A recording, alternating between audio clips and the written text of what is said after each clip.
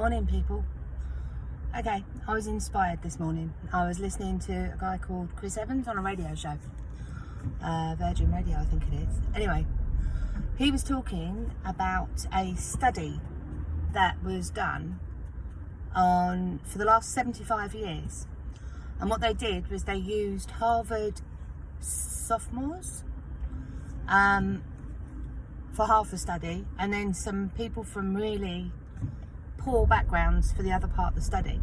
Now basically what they've been doing is they've been studying these people intensely for the last 75 years. Everything from brain scans to interviews to questionnaires on a regular basis. You know, everything, blood works, relationships, interviewing wives, children, grandchildren now.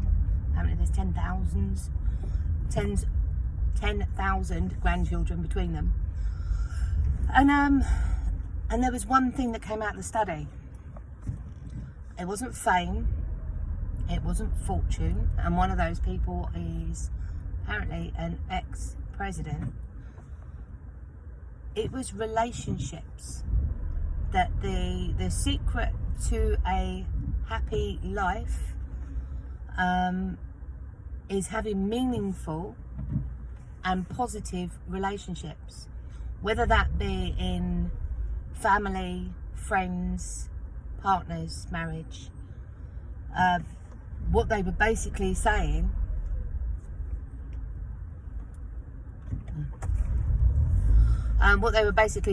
was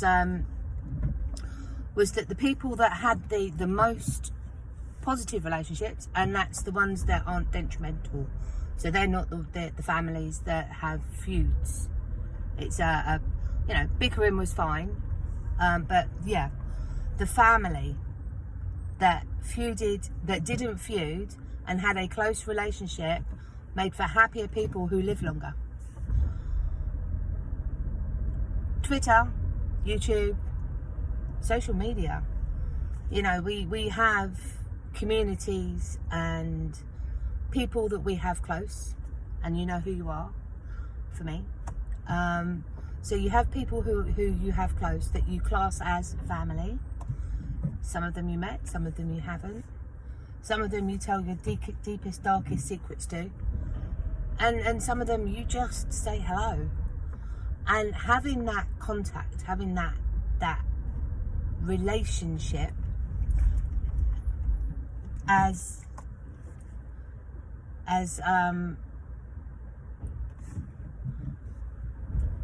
remote as it is, you know, makes a difference in people's lives.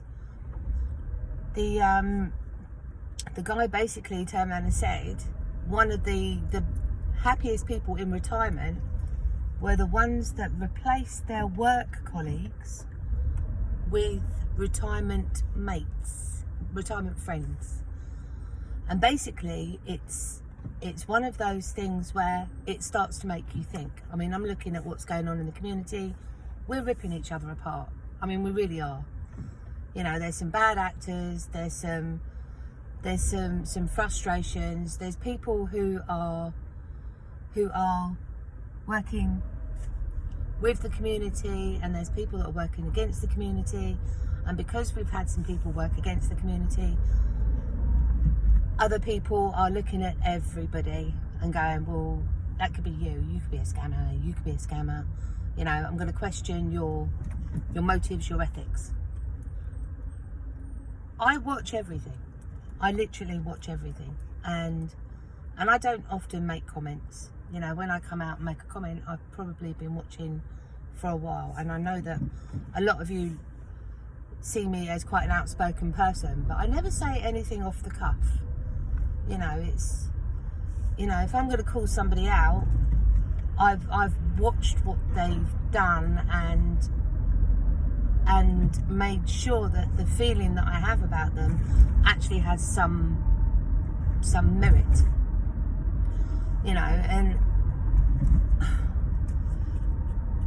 but you know, everybody's entitled to say what they want, do what they want, and everything like that. It's a free world. We're in a consumer society, and basically making money is the way that that we live. And I get that you can have a question mark on some people, and you feel that you can question people about what they're paid, how they're paid, what they do. But it causes toxicity in the space. Now, I'm all for, watching people, making your own mind up, listening to what's said, and maybe not feeling right about things that don't make sense. But you don't assassinate people because of it, right? The assassination of people is just causes bad feelings. And for those or those people that aren't confident or don't have the confidence in themselves and are listening to other people, it depends on who you're listening to as to whether the perception of certain people are good or bad. And I get that there has to be a call out every now and then. I've done it myself, but I've also watched an awful lot of people and not said anything, because it might make me hesitant about them. But then that's their choice, their life, and they have to live with themselves. But we need to stop doing this witch hunt on what people are doing and what people are saying, and so-and-so said this and so-and-so said that. I'm looking at a situation at the moment where people are pointing fingers at LFC for whatever reason. If we endorse people, we endorse it because we feel that they deserve it. I've done the same with Wirex.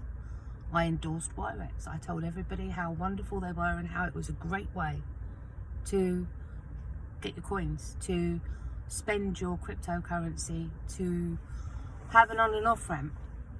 And then that was true until it wasn't true anymore. And that's the thing. That's where people need to understand things change.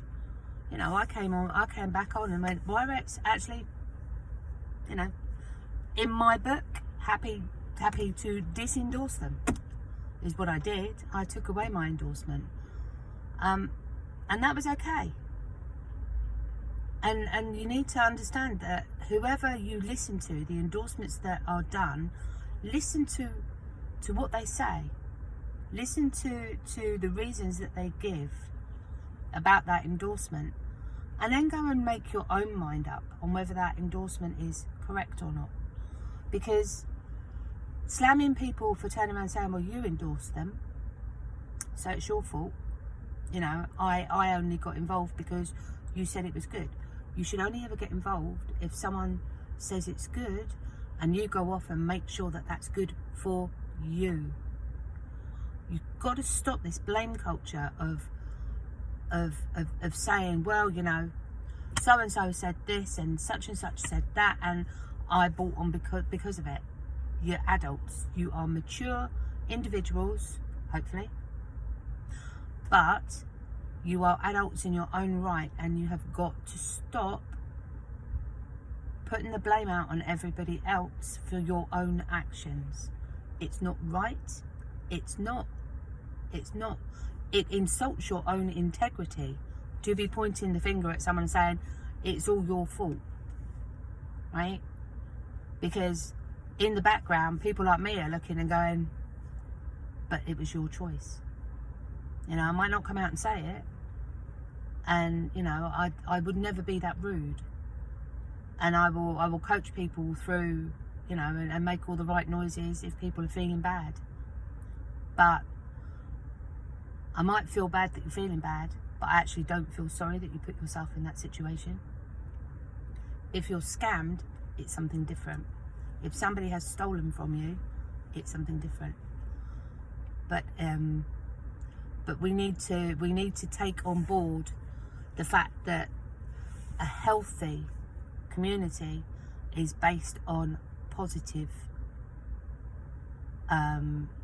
positiveness within the community, that this constant bickering and frustration is actually,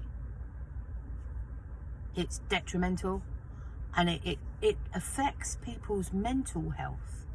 It affects people wake up and see the negative side of things. It makes a bad start to a day, you know. And I'm not saying you have to be all happiness and light and put your rose tinted glasses on and stuff, you know. We've got to be real about these things, but this constant haranguing of people, it needs to stop.